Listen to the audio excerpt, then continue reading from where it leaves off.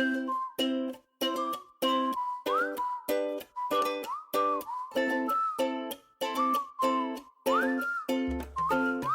everyone, Christine from Let's Talk Tiny Houses podcast. I'm here with Rick Butler, our Vice President of ATHA. Rick's been having a great weekend, haven't you, Rick? Pretty amazing, a bit mind-blowing. My head's still spinning at the number of people that are here and the interest, but yeah, it's been incredible. It has been great, and you've done a few talks on the main stage. Done a few talks on the main stage and introduced a few people, and I think the quality of the speakers and the interest in what people have got to say has been pretty incredible. We've had lots of questions and not enough time to answer them all. Exactly, but isn't it fantastic? Like how many people have shown up, and the lines, they're willing to wait in the lines in the rain. I'm not willing to wait in that sort of a line. In fact, I've been waiting for a coffee since about 9:30 this morning.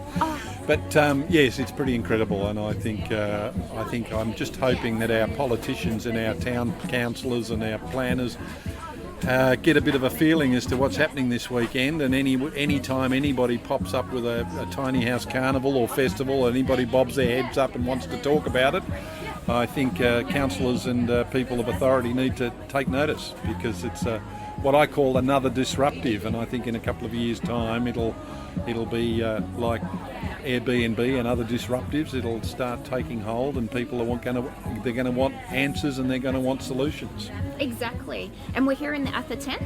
We are? Yes, so Yes. The most common question that I've heard coming to the tent is, what's ATHA all about? Yeah, well, ATHA started, I think, about 3 years ago.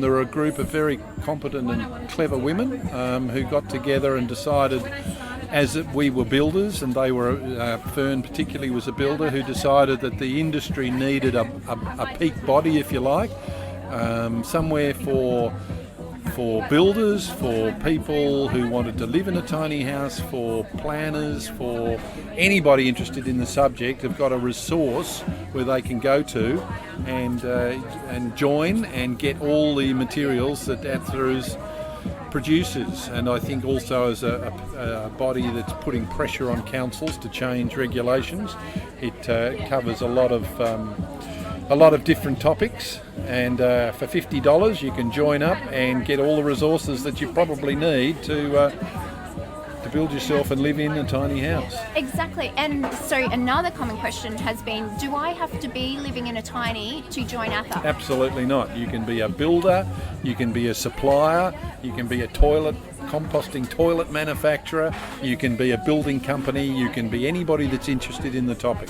The more people that we've got coming into the organisation and joining and sharing information, it's all about information sharing and connecting people with all the people that they need to talk to, the builders, the planners, the councils, and anybody else that's you're going to need to expand your knowledge and get yourself into a tiny house if that's what you want to do. Or using tiny for business purposes, like what the big tiny guys are doing. Absolutely, for tourism, for farm workers, for emergency accommodation, and I think that's where probably our main interest is involved originally, was talking about tiny houses being for emergency and for homeless people and people who are struggling in the real estate market. I think that's why this event has been so popular. I think people are looking for solutions, if not for themselves, for their children, or maybe for themselves in their old age. And I think this is why things are so. This is why this event has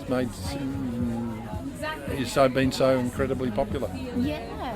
So the two topics you've spoken on the weekend are tiny houses and how they're positively impacting the community, and is tiny house movement a fad or a fact? Well, I think it's pretty obvious it's a fact. 2 years ago I might have said maybe it's a fad, but I think now with the popularity of some of the television YouTube channels and the amount of hits that they're getting all over the world, I think America is what we've followed, but I think we're finding in Australia it's becoming more than a fad, and I can't see that changing in the next. Well, I don't think it'll ever change. No, it'll only grow. It'll integrate into normality. Yeah, absolutely. We're getting more builders, we're getting more people doing it, and we're getting DIYers. we're happy to encourage DIY people to do it. I think what as an organisation, we don't mind. We're happy to talk to anybody that wants to try and build their own tiny house, give them advice, give them plans, give them trailer help. Because I think at the end of the day, we won't have enough tiny house builders in the country to cater for the number that are needed. Even some of the big caravan companies are talking about getting into building tiny houses. So we want to make sure that people do it properly and safely. The last thing that any of us want, and what will do enormous damage to the tiny house industry and movement in the country, is that if someday we wake up and somebody's tiny house has fallen off the road and done serious damage to people, I think that'll be won't be a happy day. And I think the more that we can share information and make sure that people, if they're doing it by themselves, have the right information to make sure that they're safe. Exactly. Oh, well, it's fantastic, and so many people are really interested in joining. Like, everyone's taking flyers, stickers, and they're like, "Oh, Yep. yeah, I'm going to join. It's fantastic." So, have you had any out-of-the-box questions, or maybe questions that you haven't heard before, brought to you at this carnival? Well, I mean, most people are obsessed with toilets. The two topics that people ask you about is, what do I do about the toilet, and where can I put one? So I don't think I would say that they're certainly the most popular questions. I did have somebody approach me, not here but the other day, and asked if we could build one for them out of mud brick. That was a little bit left field, and I had to give them the indication that maybe a mud brick tiny house wouldn't come under the 4.5 tonne regulation. But no, you do get a lot of very interesting questions, and that's why we don't have enough time at an event like this to answer all the questions, and that's why, again, ATTA is there for you to pour through the information and hopefully get any of your questions answered, or email any of the state leads. We've got a state lead representative in each state. You can always email them and ask a question, and if that person can't help you, they can certainly point you in the right direction. It's fantastic. And you were heavily involved in the St Kilda build that people may... Yep. Yes. So for people who aren't aware of your involvement in it, would you like to give us a little brief rundown? Well, I was approached by Elle Patton, who is the one who's organised the St Kilda project, to build a tiny house for her to put on an urban block of land in the middle of St Kilda, which for those who are interstate is probably about 3 or 4 kilometres from the centre of the city. In a very populated area, and this is the first time we understand in Australia that a tiny house has been given a planning permit to put a tiny house on an ordinary urban block. So I think it's a bit of a milestone. The council's well behind it. The mayor came down the day after we delivered it and supported it and spoke on the media about how important it was for them and for other councils to look at this model, and hopefully that's going to be a giant step for mankind. And you donated. Well, donated, not quite, but I supplied it, and Elle's renting it from me, and it's an example of what the sort of build that we do. So, I think if you can get online and follow that project. Tiny non-profit, and have a look at what we do, and have a look at what Elle's doing, and follow the progress, because it's early stages.